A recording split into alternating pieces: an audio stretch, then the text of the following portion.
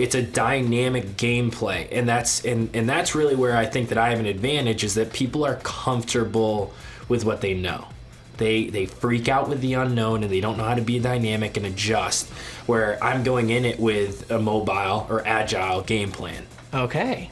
I can hear all your tech terms coming out. So you got to be careful with that in the house. Well, hey, I'm in technical sales. I don't even know what it means. I heard a guy say it once.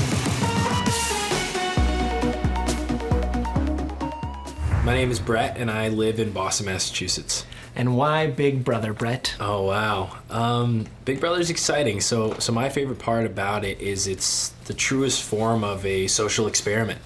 I'm just fascinated with social engineering, and this is really the only way I'll get to really exercise it. Yeah, social engineering, that's an interesting term I haven't heard much of today. Oh, well, that would be my cybersecurity background playing into it. So a lot of people think when they hear cybersecurity, all they think about is some techie nerd and throw them in the corner and shut up. But really, there's a lot of social engineering that goes into it.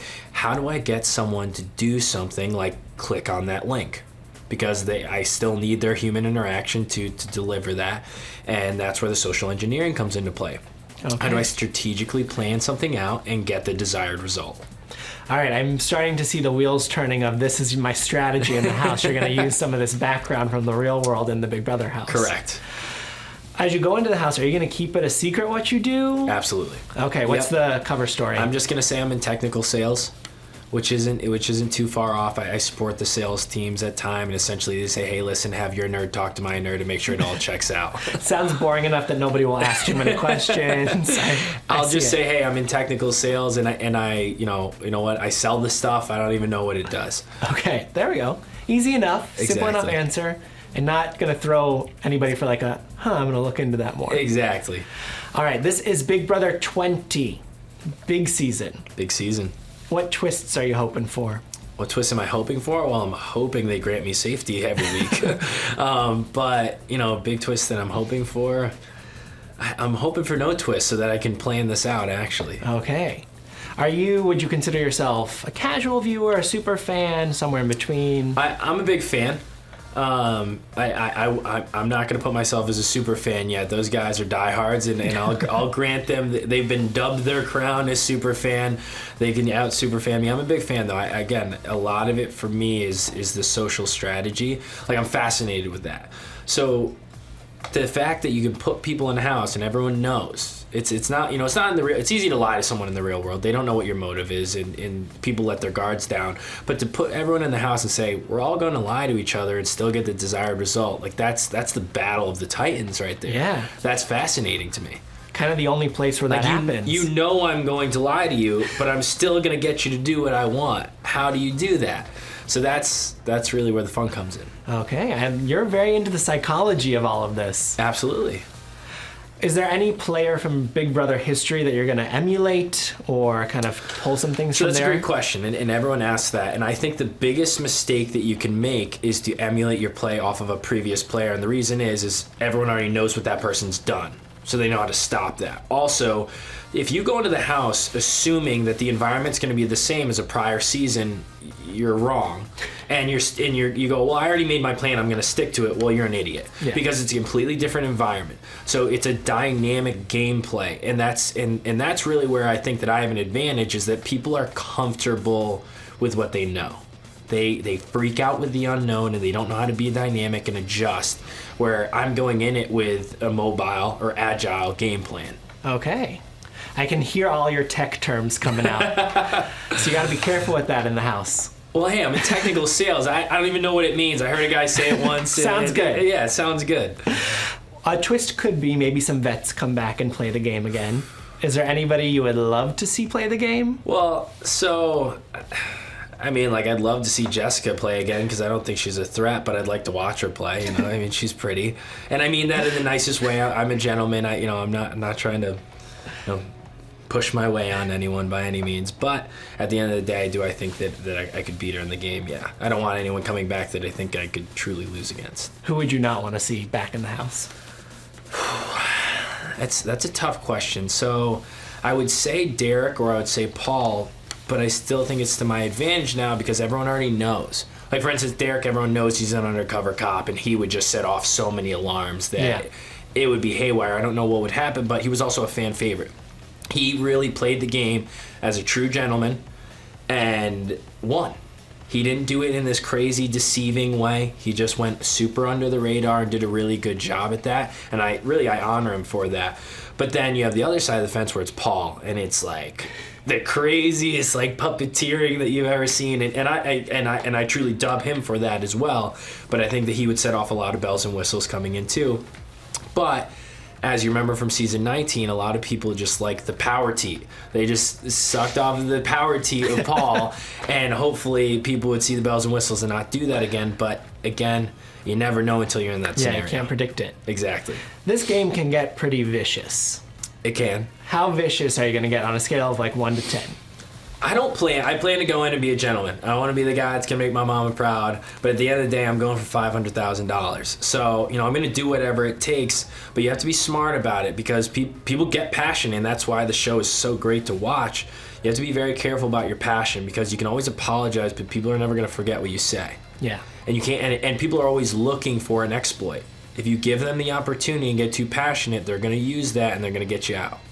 So much of this is the social side of things. A lot of it, a huge part of it, I would say, is really just is a domination of emotional control. Control your emotions. It's a true art, and it's a skill that most lack. Something that can get in the way of controlling emotions: a showmance. Yeah. Are you interested in one? Are you going and looking for one? Hey, listen, I'm interested in the money, but at the end of the day, I'm a red-blooded American male. I can't help myself. My mind turns to mush sometimes when a pretty girl walks in the room and I don't even know what I'm doing. But the plan is to stay focused and stay driven. Okay, I am the prize of the money, and if a girl comes along... maybe. But, because the other side of it is there's a social game to it. That's a guaranteed additional vote. As long as you don't mess it up. Yeah. And then that's a guaranteed not vote. So you have to play it well. And again, it's all going to become a game time decision. This isn't something, if I made the decision right now, it would be negligent on my part. Got it. All right, so you're going to keep your professional background a secret. Is there anything else that you're nervous to share with your fellow house guests? No, I'm gonna try and play it true. I don't see anything else other than I might lie about my college degree because it plays well with my cybersecurity background. It's management information systems. I might play it down and say it's marketing. I don't know. Not that anyone in marketing isn't smart. I'm not saying that. Marketing, we got some brilliant people. That's not what I'm saying. But I might just make it a little bit more business associated, and that's how I got into sales. Okay. You've had some time to think about this. Yeah. I've had plenty of time. The show also has a way of bringing out secrets from people's lives outside of the house.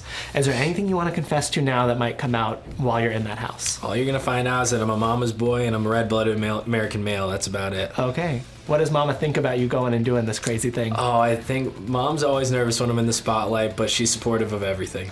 You got to buy her something nice when you get that check. That's the plan. Everyone says, what are you going to do with the money? And I'm going to take my mom on a nice trip. Good. Theoretically, you're going into this house for 3 months. Yeah. Lockdown. What are you going to miss most about the outside world? Miss most of the outside world. Oh man, I'm gonna miss going to get sushi. Sushi, having someone cook for me. Like, I hate doing dishes, but I can put up with that. That's not a big deal. Meals out. The most difficult thing for me is gonna be music. Oh yeah, that's hands down gonna be, because I work out with music. Like, that's how I get through my day. It's like, man, this sucks. How can we make it a little bit better? Let's put on some music. I'm driving in traffic. Let's put on some music. Now, having music, that's gonna definitely be the hardest part for me. Should you get HOH in there, what's gonna be the one CD that you're like, get me that? All right, so this is a little embarrassing on my part, but who buys CDs anymore? Like, I don't buy a whole album. Like, I have like songs. So if I had to pick, and if I'm allowed to work out with the music, I like some Dr. Dre. Okay. I like some Drake, or I like some Waka Flocka. But then if I'm like hanging out, I can get Country Boy. I can get in some Luke Combs or some Jason Aldean. I'm all over the spectrums. Oh yeah. So it's really all on mood. But I think that's gonna be the hardest part, is because a lot of times when my emotions are high strung and I'm out there on the spectrums and I'm trying to reel myself back in, I use music to get myself back down and calm down. It's like my outlet. Okay. So that's gonna be tough because they won't even let you sing in there. You can't even hum. You can't even hum a tune. I sometimes wake up singing a song. I'm like, I didn't even know that song before I went to bed. I don't know where it came from. All right, so we're going to miss sushi and music. Is there Yeah. anything that you're loving that you won't have to deal with for 3 months? Working. Going to work. Traffic. Commuting and traffic. I will not miss driving at all. Commuting and traffic, I'm totally content just All chilling. right. Yeah, your commute will be just down a flight of stairs or across a room. Yeah, now. exactly. To wrap things up here, why are you going to win Big Brother? I'm going to win Big Brother using my social engineering background to exploit vulnerabilities that I assess within the house. Succinct answer. I like it. Well, good luck in there. Hopefully I Thank don't you. see you until finale night. That's the plan.